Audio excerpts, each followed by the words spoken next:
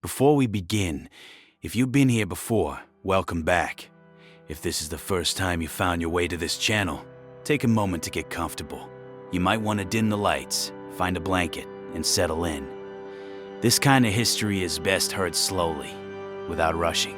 If you enjoy what you're about to hear, calm, unhurried, deeply researched historical storytelling, consider liking the video and subscribing. There's no pressure, only an open invitation. And before we begin, leave a comment telling us something simple. Where did you hear about this video? A recommendation? A late night search? A friend who knows exactly what kind of thing you enjoy? We love knowing how these stories find their people. Now, let's go back, a very long way back, to a river, a house, and the moment everything changed. Picture a home along the banks of the Nile. It is sometime around 1350 BCE, though it could just as easily be 2000 BCE or 500 BCE, because in many ways this particular scene would have looked remarkably similar across thousands of years. The house is modest, mud brick walls thick enough to hold the night's cool air well into the blazing afternoon, a flat roof where grain is stored, and where the family sometimes sleeps in summer. An inner courtyard where a small shrine sits against one wall, painted with the faces of gods. A man lies still in one of the inner rooms. He is not old, perhaps 45, though in ancient Egypt that was considered a full life. His breathing changed 2 days ago, became shallow, slower, something different in its rhythm. His wife has not slept. His eldest son has not left the room. The daughter sits in the doorway. And now, in the soft gray light before sunrise, the breathing has stopped. The man is gone. And in this moment, something remarkable begins to happen. Not despite Egyptian belief, but because of it. Because in ancient Egypt, dying was not the end of anything. It was, in a very specific and practical and meticulously organized sense, a beginning. Death in ancient Egypt was not a wall. It was a threshold. Crossing point, a moment in which the enormous, complicated machinery of a civilization's deepest spiritual convictions shifted into motion. Everything that would happen to this man's body over the next 70 days, the washing, the cutting, the careful extraction of organs, the slow weeks packed in salt, the wrapping, the prayers, the rituals with sacred instruments, the procession to the tomb, the food left beside him, the small blue figurines arranged in the dark. All of it was not about mourning. All of it was about preparation, about making sure that this man, this particular person with his particular name and history and face, would survive death and emerge transformed into something eternal on the other side. That is the question this story tries to answer. Not simply what the Egyptians did to their dead, but why they did it, what they believed, what they feared, and what, in the end, they hoped for. To understand why Egyptians treated the dead the way they did, you have to understand what they believed death actually was. And that requires understanding something that can feel, to a modern mind, almost overwhelmingly complex: the ancient Egyptian conception of the self. In most modern traditions, religious or secular, we tend to think of a person as a single entity. You have a body, you have a soul, or a mind, or a consciousness. And when you die, one of those things continues, and one of them doesn't. The relationship between those two things is what religions disagree about. But for the ancient Egyptians, the idea of a single soul, housed in a single body, was a strange oversimplification of something much richer. To them, a human being was a composite, a carefully assembled collection of distinct spiritual components, each with its own nature, its own needs, its own role in the journey from life through death and into whatever came after. The component most familiar to modern people is probably the Ba. The Ba is often translated as the soul, though that translation loses a great deal. The Ba was the part of you that was uniquely, irreducibly you. Your personality, your individual character, your essence as a specific person different from every other person who had ever lived. It was depicted in Egyptian art as a human-headed bird, and this image captures something important about its nature. The Ba could fly. After death, The Ba was free to leave the body and move through the world, to travel to the living, to visit the places and people it had loved.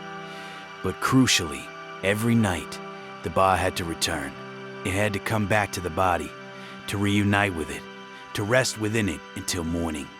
This nightly reunion was not optional. It was not sentimental. It was essential to the continued existence of the person, which meant that the body had to remain intact, preserved, recognizable, a place the Ba could actually come home to. This is the root of mummification, not vanity, not fear of physical decay in some purely superstitious sense. A practical necessity built into the architecture of the afterlife itself. Alongside the Ba was the Ka. The Ka was the life force, the vital energy, the divine spark that had been given to you at birth, and that constituted what you might call your spiritual double. The Ka was not your personality.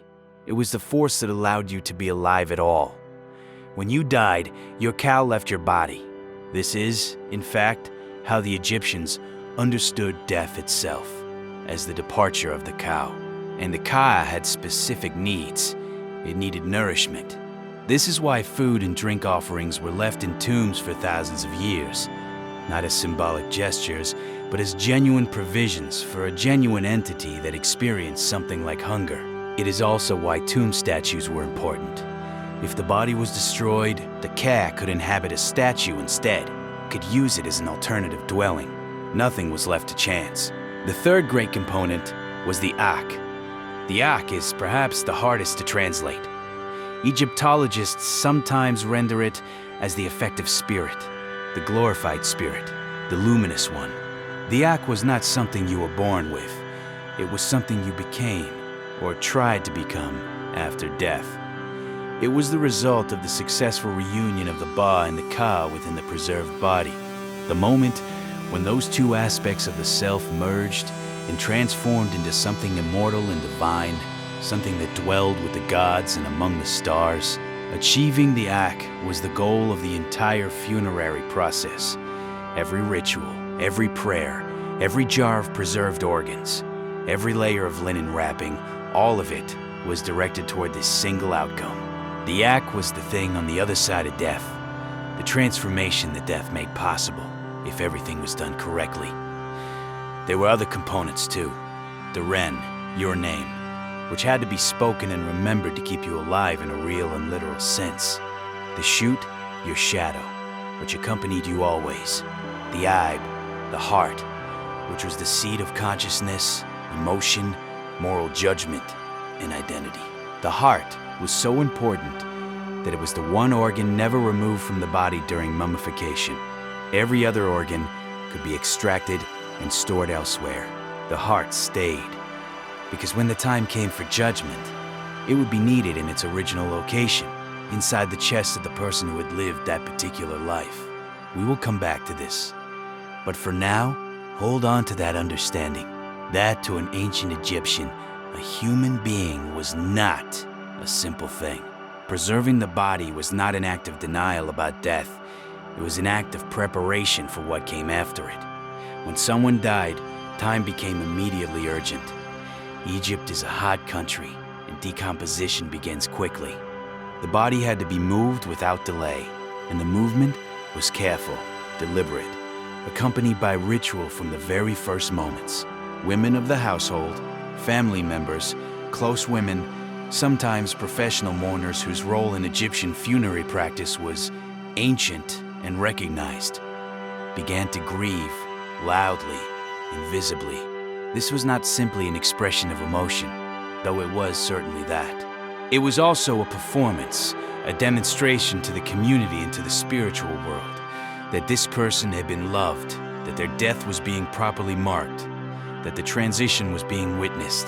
The Egyptians understood grief as something that needed to be expressed outward and heard, not held in silence.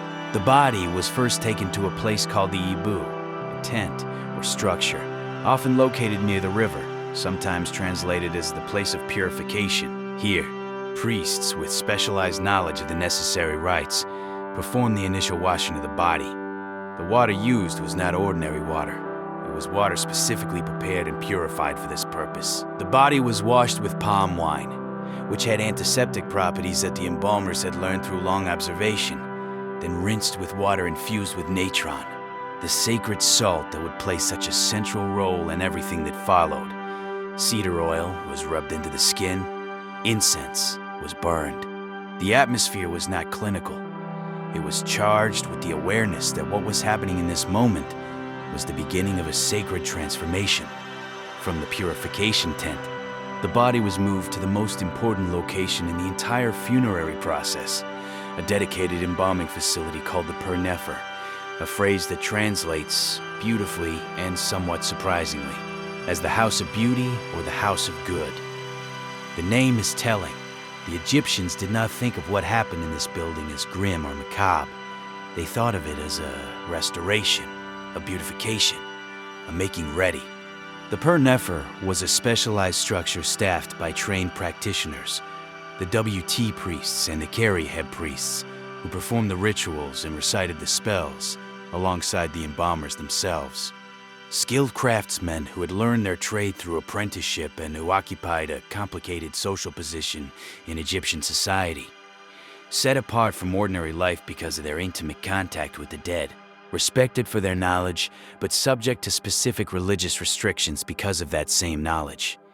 The embalming house was where the body would spend most of its 70 days. And the first procedure performed in it was one of the most remarkable in the entire history of medicine.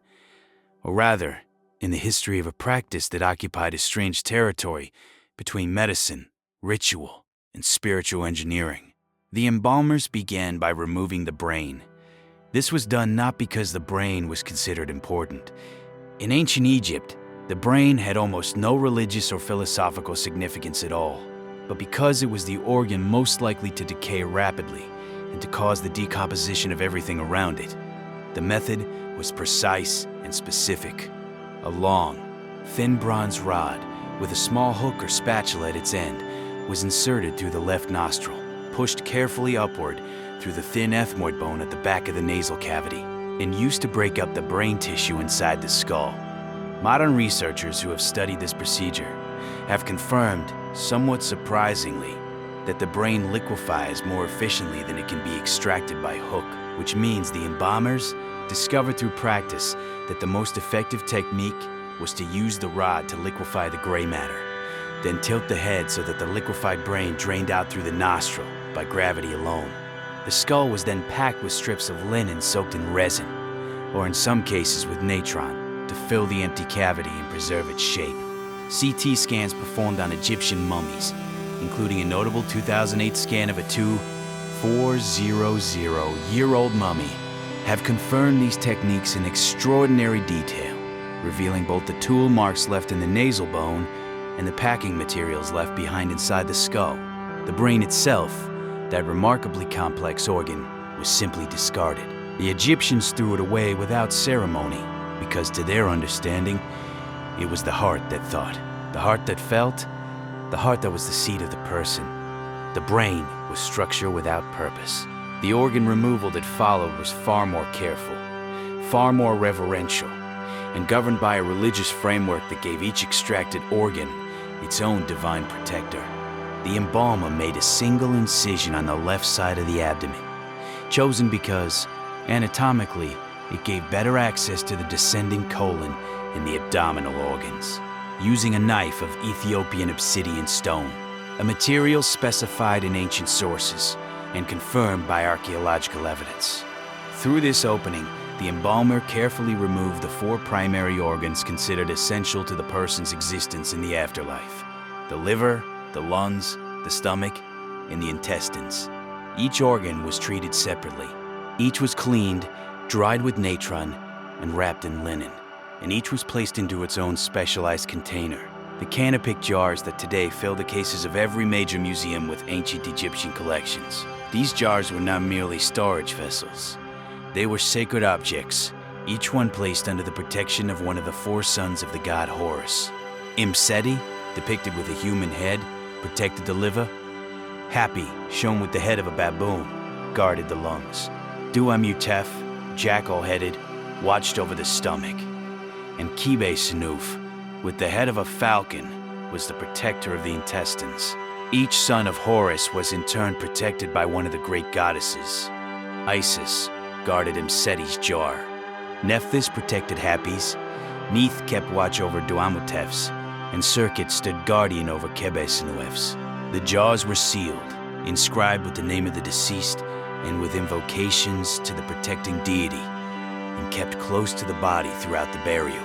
In the earliest periods of Egyptian history, these jars were placed in a separate canopic chest and positioned at the foot of the mummy. In later periods, the organs were sometimes wrapped and returned to the body cavity instead, with empty ceremonial jars still included in the tomb as symbols of the protection they represented. But throughout all of this, through every cut and extraction and careful preservation, one organ was never touched. The heart remained inside the body, sealed within the chest, exactly where it had always been. To the ancient Egyptians, the heart, the ib, was not simply a pump. It was the entire person in concentrated form, the seat of memory, the source of intelligence and emotion, the judge of every moral choice that person had ever made, the repository of every kind deed and every cruel one, of every true word and every lie. The heart was in the deepest sense who you were. And after death, the heart would be required to testify, not for you, but about you. It would be brought before a divine court and placed on a scale, and it would be weighed, and it would be judged, and the result of that judgment would determine everything that came next. Removing the heart, even for preservation, was unthinkable. The heart scarab, a large carved scarab beetle, usually of green stone or faience, sometimes inscribed with spell 30 from the Book of the Dead, which instructed the heart not to speak against its owner during judgment, was placed directly on the mummy's chest, above where the heart rested inside the wrapped body. The instruction inscribed on these scarabs is remarkable in its pragmatic intimacy. Do not testify against me. Let me pass. After the organs had been removed and prepared, and the body cavity rinsed with palm wine and spices, the most visually dramatic phase of mummification began. The embalmers covered the body, inside and out, with natron, a naturally occurring compound of sodium carbonate and sodium bicarbonate that formed as white crystalline deposits around the edges of dry desert lakes, and which had been used in Egyptian religious and purification practice for centuries before it was formally incorporated into the mummification process. Natron is not simply salt, though it is chemically related to it. It is both alkaline and hygroscopic, meaning it draws moisture aggressively out of any organic material it contacts.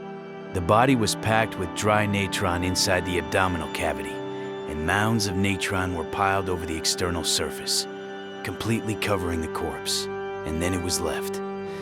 For approximately 40 days, though some sources suggest up to 70 days total when all phases are combined.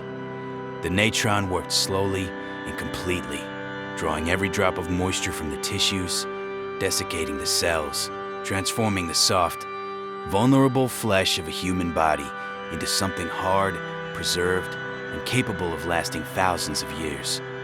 Modern experiments have confirmed what the Egyptians knew empirically. Dry natron, applied in solid form directly to a body, produces better and more consistent preservation than immersion in a natron solution, because the dry crystals draw moisture away from the tissue, rather than reintroducing liquid from the solution. Researchers at the University of Maryland, who replicated Egyptian mummification on a human cadaver in 1994, found the resulting preservation to be genuinely impressive, even by modern conservation standards. When the natron was finally removed, the body had been transformed. The skin was darkened, slightly leathery, drawn tight against the bones, but intact. The features were recognizable. The embalmers then undertook the second major phase of their work, filling the hollow spaces created by the organ removal with linen, sawdust, natron pouches, herbs, whatever materials would restore the body's natural form without introducing any organic material that might decay, and rubbing the skin with oils and resins to restore suppleness and to seal the surface against any remaining moisture. Then came the wrapping, and the wrapping was, in its own way, as ceremonial as anything that preceded it. The linen used to wrap an Egyptian mummy was not simply bandaging. It was the product of weeks of preparation.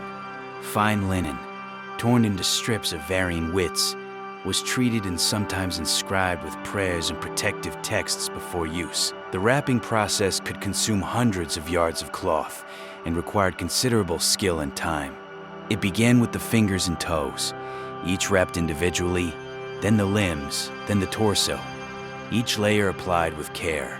The linen pressed smoothly to follow the contours of the body, coated between layers with warm resin that hardened as it cooled, binding the layers together and creating an additional sealed barrier between the body and the outside world.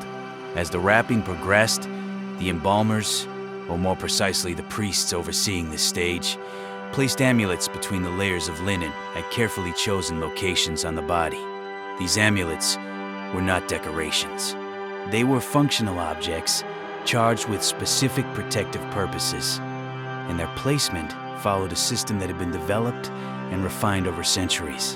The most famous was the Eye of Horus, the wedge-out eye, the sacred symbol of healing, wholeness, and divine protection, which appeared in ancient Egyptian art for more than 3,000 years, and which, in amulet form, was placed near the incision on the left side of the abdomen to seal and protect that wound.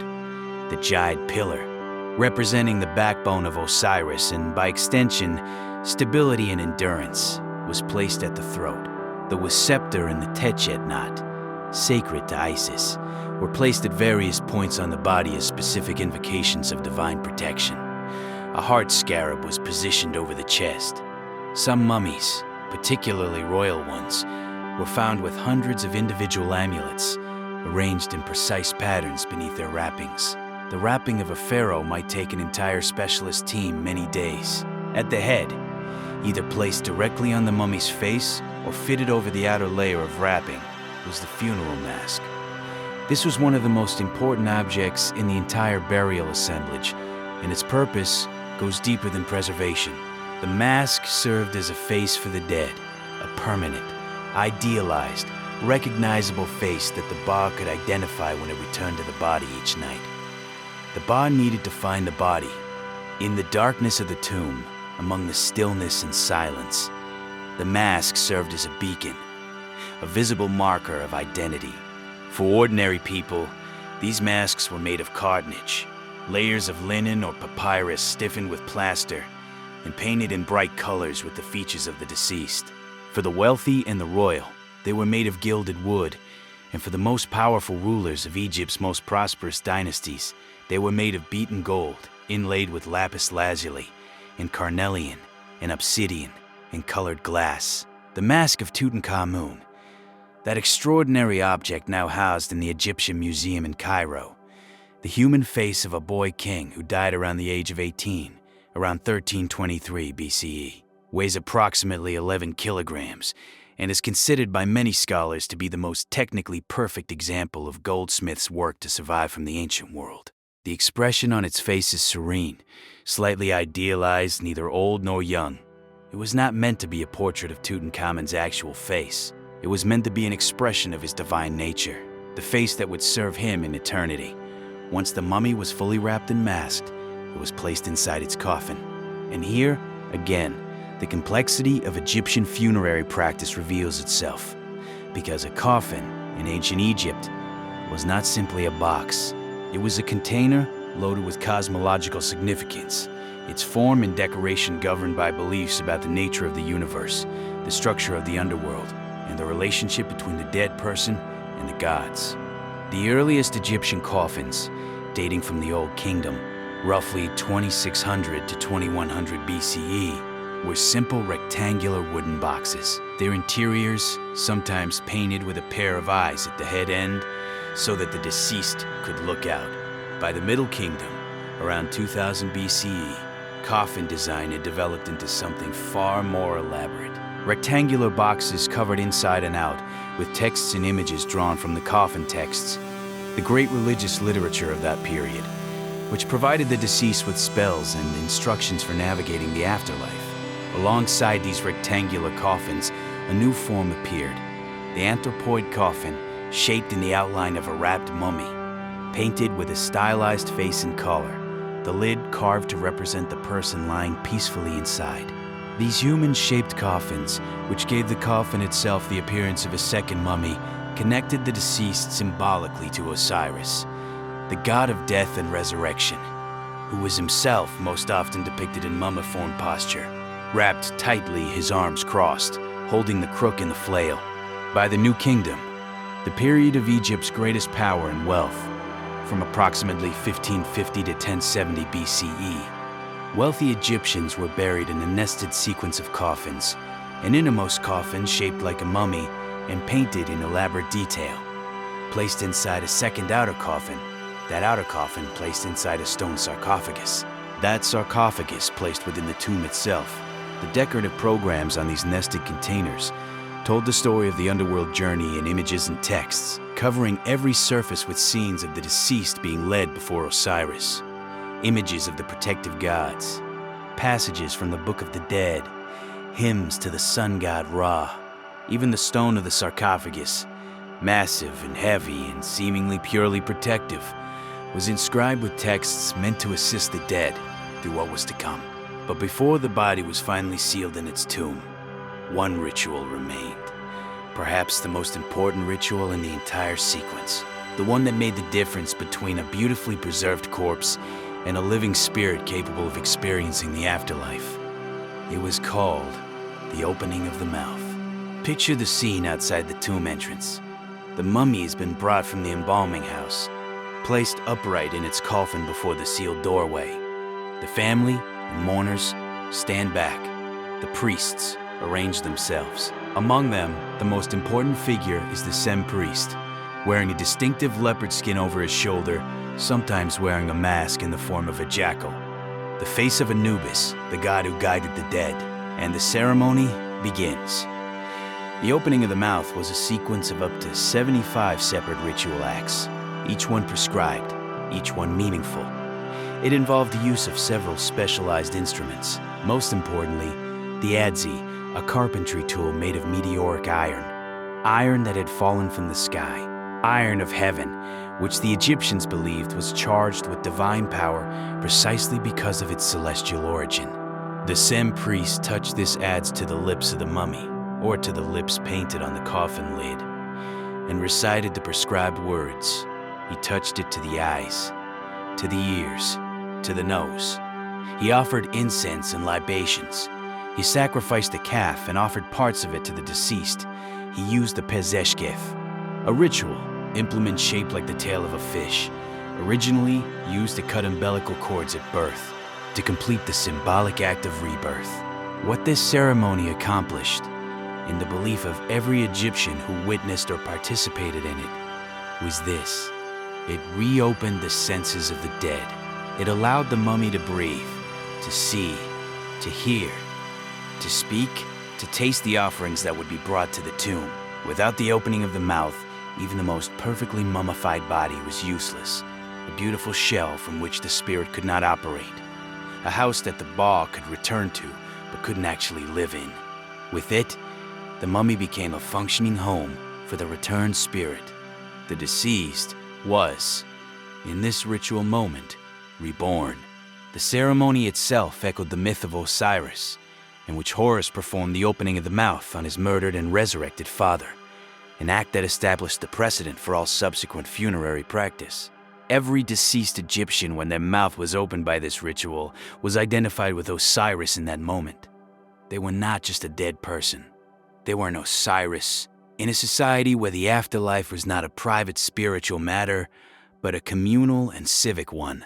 The journey from the embalming house to the tomb was witnessed. The coffin was placed on a sledge and pulled by men, or floated on a barge across the Nile to the western bank. The land of the dead, the place of the setting sun, the direction in which all things eventually went. Priests walked ahead, burning incense, pouring water on the path. Women mourners followed, their laments filling the air. Sometimes, professional mourners whose grief was ritual, but no less real. For that, women trained from youth to express the sorrow that the gods expected to see at the departure of a human soul. Family members carried the goods that would be entombed with the deceased. It was a procession organized like a small civilization moving through its most important ceremony. Inside the tomb, everything was arranged with great care. The tombs of wealthy Egyptians, and especially of royalty, were not simple holes in the ground. They were constructed spaces, sometimes decades in the planning and building, intended to serve as eternal homes for the deceased. Tomb walls were covered in paintings and carved reliefs depicting everything the deceased might need or enjoy in the afterlife. Scenes of hunting and fishing, of feasting and music, of agricultural work, of the festivals they had attended in life. These were not merely decorative. In Egyptian religious understanding, images had power. A painting of a feast on a tomb wall was not just a representation of feasting. It was a guarantee that feasting would continue to be available to the deceased. The images made things real in the eternal dimension. Inside the burial chamber itself were the objects judged necessary for the afterlife. Food and drink, stored in pottery vessels and sealed against decay. Furniture, clothing, tools of the deceased's trade. Jewelry and personal possessions. Statues of the deceased, to provide additional homes for the Ka if the mummy were ever damaged. The selection of objects tells us something remarkable about Egyptian theology. The afterlife they imagined was not a realm of pure spirit floating in formless bliss. It was a world very much like this one. You would need to eat. You would need furniture to sit on. You would need the things that had made your particular life your particular life. Among the most numerous objects placed in Egyptian tombs, more numerous, in fact, than almost any other category of artifact that survives from ancient Egypt, were small human figurines called ushabtis, also known as shabtis or shawabti, the spelling varying across different periods. These figurines, usually mummiform in shape, arms crossed, sometimes carrying miniature agricultural tools, a hoe, a seed bag, a basket, were servants. Magical servants, bound by spell to answer for the deceased when the gods of the underworld made demands on their time. The logic behind the ushabti is fascinating in its specificity. The afterlife, in Egyptian belief, was not a holiday. The field of reeds, the paradise they hoped to reach, was productive, fertile, beautiful. But it required work. The dead were expected to farm, to maintain irrigation channels, to carry out the agricultural labor that was the foundation of Egyptian civilization, just as it was in the living world. For the ordinary Egyptian, this was simply the continuation of the work they had always done. But for the wealthy, the officials, the priests, the nobility who had spent their lives in administration and ceremony and never in the fields, the prospect of agricultural labor in the afterlife was unacceptable. The ushabti was a solution. Each figurine was inscribed with a spell, most commonly spell 6 from the Book of the Dead, that would animate it when its name was called by the divine overseers. The spell instructed the ushabti clearly. If the deceased is summoned to work, the ushabti would answer in their place. Here I am, ready by the new kingdom. A wealthy Egyptian might be buried with 365 ushabtis, one for each day of the year, plus 36 overseer figures, one for every 10 workers, each holding a miniature whip to keep the others in line.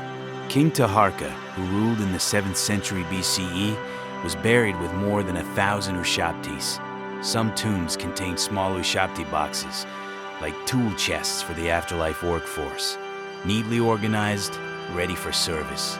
The figures themselves range from crude, mass-produced clay pieces to intricate works of art glazed in luminous blue-green faience, carved with exquisite detail, inscribed with prayers in script so tiny it requires magnification to read. Both the expensive and the plain serve the same purpose. Everyone, regardless of wealth, tried to provide themselves with at least some version of this service, and to guide the deceased through all of this, through the dangers of the underworld, through the tests and gates and guardians that stood between the moment of death and the final judgment, there was the Book of the Dead. The Egyptian Book of the Dead is often described as though it were a single text, a bound volume like a Bible or a Quran. But this description misses the nature of what it actually was.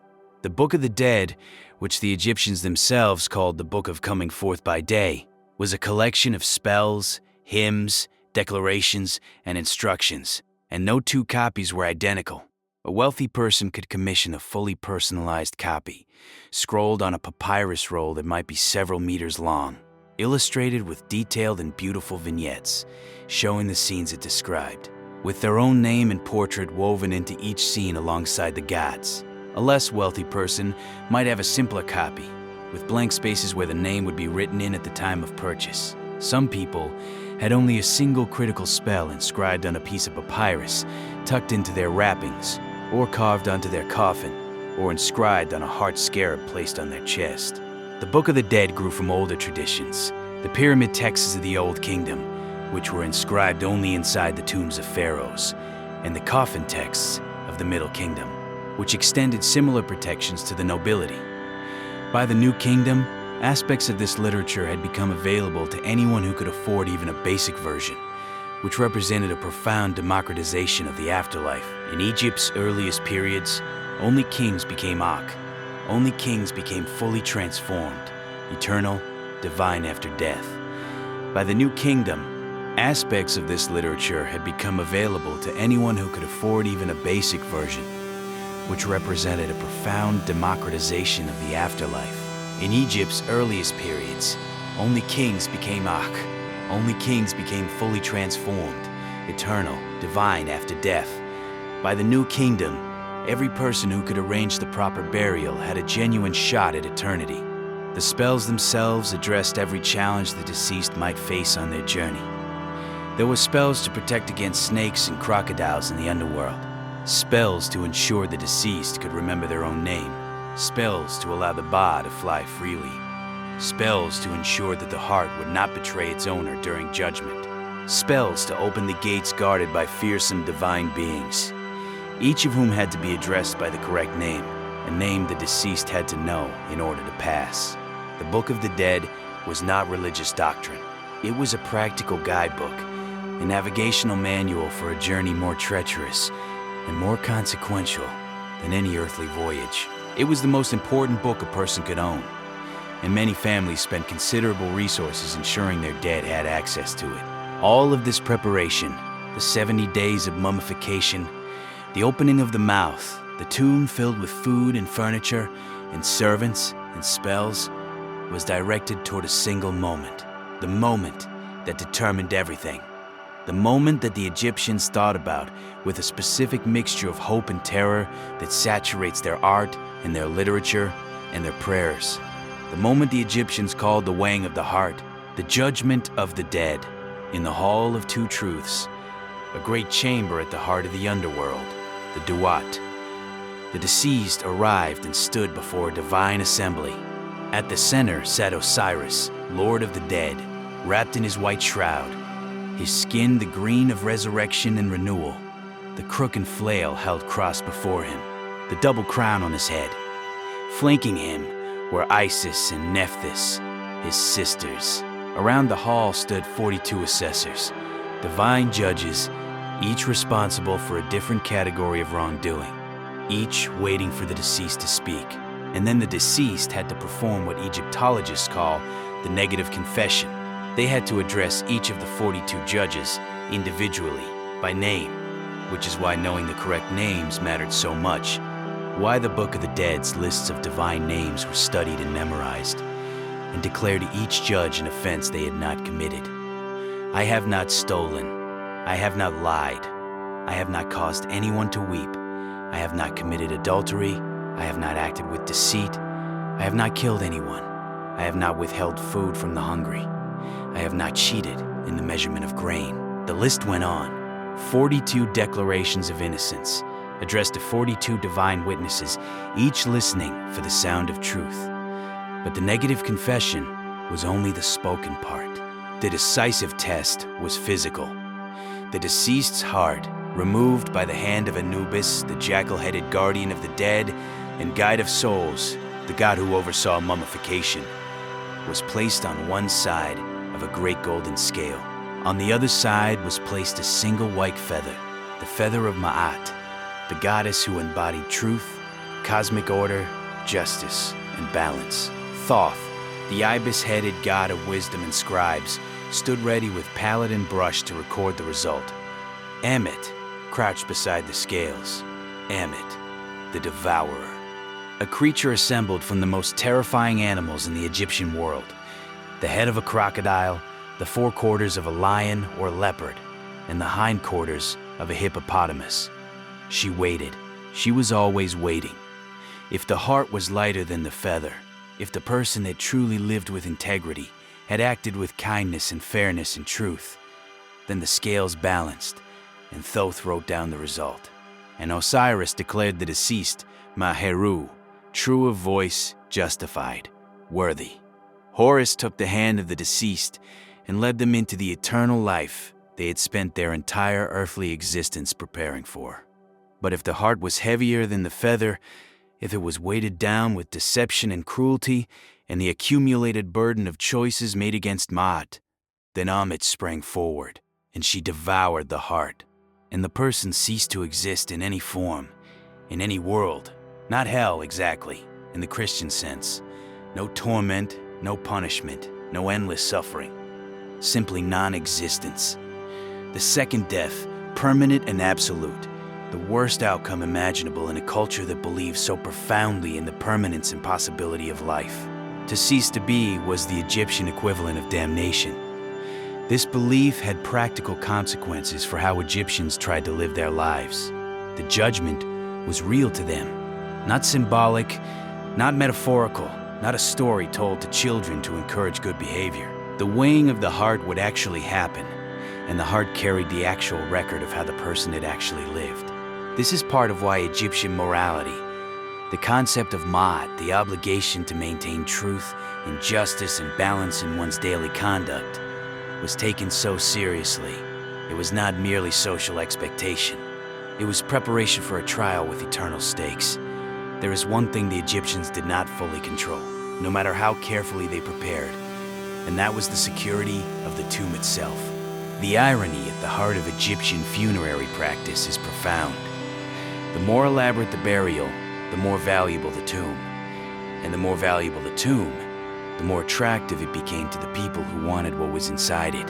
Tomb robbery was not a marginal phenomenon in ancient Egypt. It was widespread, persistent, and sometimes shockingly organized. The Tomb Robbery Papyri, a collection of documents from the 20th dynasty, around 1100 BCE, give us extraordinarily detailed evidence of how this worked. These records include the confessions of actual thieves, the proceedings of their trials, and the inspections carried out by officials attempting to assess the damage. What they reveal is a system of corruption that extended from the desperate urban poor all the way to high officials who were supposed to prevent exactly this kind of crime. One of the most detailed confessions in these documents comes from a man named Amenpenhufer, a stonemason who described breaking into the royal tomb of Sobekemsaf, a pharaoh of the 17th dynasty, who had died centuries before Amenpenhufer was born, with a gang of confederates that included fellow craftsmen, laborers, and a priest who provided inside knowledge of the tomb's location. They broke through the outer wall, entered the burial chamber, found the mummy of the king and of his queen still in their coffins, surrounded by the treasures of their burial, and took everything they could carry: the gold, the silver, the jewelry. They stripped the amulets from inside the linen wrappings without any apparent concern about divine retribution, broke open the nested coffins, and left the royal bodies scattered and broken in the rubble of what had been their eternal home. This was not an unusual story. By the time of the New Kingdom, when the great pharaohs of the 18th, 19th, and 20th dynasties were burying their dead in the Valley of the Kings, a remote, heavily guarded canyon on the west bank of the Nile, opposite Luxor. The architects of these tombs were in a constant arms race with the people who intended to rob them. They cut the tombs deeper into the rock. They filled corridors with rubble. They built false chambers and dead ends. They placed curses on the doors. None of it was fully effective. By the end of the New Kingdom, most royal tombs had been robbed and robbed again. Priests eventually gathered the scattered royal mummies and rewrapped them and hid them in two great caches, one at Deir al-Bahari and one in the tomb of Amenhotep II, where they lay undiscovered for centuries. The mummy of Ramesses the Great, perhaps the most powerful ruler in Egyptian history, was moved from his own tomb to his father's, then moved again, rewrapped, labeled with the priest's notation of what had happened, stacked in the dark alongside dozens of other displaced royal dead. Waiting. Modern examination of these royal mummies has revealed the extent of the violence done to them. Limbs twisted from torsos, skulls smashed to get at the golden amulets packed around the face, chest cavities torn open by hand. In at least one case, archaeologists found traces of gilding left in the corners of a coffin where robbers had scraped away every accessible surface, but missed the most hidden edges. They were thorough, they were systematic, they were often, it turned out, the very same craftsmen who had built the tombs. The workers of Deir el-Medina, who had spent their lives digging and decorating these monuments, and who, when the state stopped delivering their grain rations, decided that the living had more use for that gold than the dead. And yet, despite all of this, despite the robbery and the violence and the destruction and the thousand practical failures of the system, the belief that animated it never wavered. The Egyptians kept burying their dead with care and ceremony for 3,000 years. They kept commissioning books of the dead. They kept carving ushabtis, inscribing them with spells, laying them in neat rows inside tombs they knew might be opened and emptied within years of sealing. They kept wrapping their dead in linen, placing amulets, painting masks. The persistence of the practice, in the face of everything that threatened to undermine it, is, in its own way, one of the most remarkable facts about this civilization. Because what they were reaching for was the field of reeds, Aru, the paradise that waited on the other side of the judgment for those whose hearts were light. The field of reeds was not a vague, abstract concept of heaven. It was described in Egyptian texts with extraordinary specificity. It was a land exactly like Egypt, the Egypt they knew and loved, the Nile Valley in its most perfect imagined form. Green fields stretching in every direction, abundant crops grown without difficulty. The Nile flowing along its banks at exactly the right level, neither flood nor drought, perpetually generous. The air was clean and warm. There was no sickness, there was no loss, no grief, no hunger, no fear. The people you had loved who had died before you were there. The life you had lived was returned to you in its best version. Ancient tomb inscriptions describe the hope in language that still carries its weight across 3,000 years. May I walk every day unceasing on the banks of my water. May my soul rest on the branches of the trees which I have planted. May I refresh myself in the shadow of my sycamore. The ushabtis would do the farming. The food in the tomb would nourish the ka. The book of the dead would protect against the dangers of the journey. The heart, if it had been honest, would balance against the feather. And the person, the specific, irreplaceable person with their specific name and face and history, would live, not in some transformed, unrecognizable spiritual state, but as themselves, continuing in the light. The ancient Egyptians were not, as popular imagination sometimes suggests, a civilization obsessed with death. They were a civilization obsessed with life, so in love with life, so unwilling to accept that the warmth and meaning of it could simply end, that they devoted enormous intellectual, creative, spiritual, and material resources to the problem of making it continue. Every mummy is evidence of this refusal. Every painted tomb wall, every tiny blue ushabti, every papyrus scroll covered in spells, every golden mask over a rapt and silent face, all of it is the work of people who could not accept that the people they loved were simply gone, and who built, over 3,000 years, one of the most elaborate and technically sophisticated systems ever devised for the purpose of keeping them.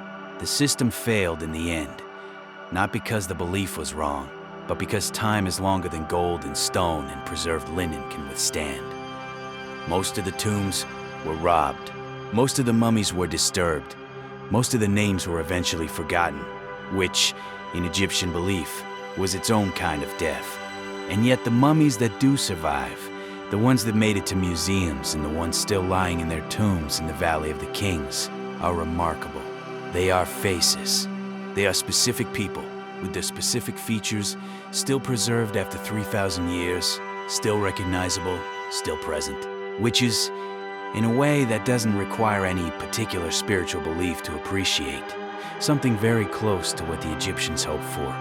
Not full immortality, but continuation. Being remembered, having your face still seen in the light. If you've made it this far, through the embalming house and the canopic jars, through the weighing of the heart and the weighting of a myth, through the robberies and the reburied mummies and the field of reeds, then you already know this story meant something to the people who lived it. They weren't so different from us. They loved specific people. They were afraid of losing them. They thought carefully about what it would mean to die, and they built an answer to that question so detailed and so beautiful that we are still talking about it 3,000 years later. That is what they were trying to do. And in at least this one sense, being remembered, being discussed, still mattering in the minds of people living in a world they could never have imagined. Perhaps it worked after all. If this kind of storytelling is your way of winding down, we would genuinely love it if you subscribed. And if this video found you at exactly the right moment, late at night, a bit restless, needing something quiet and interesting to settle into, give it a like. It helps more than you might think. Sleep well.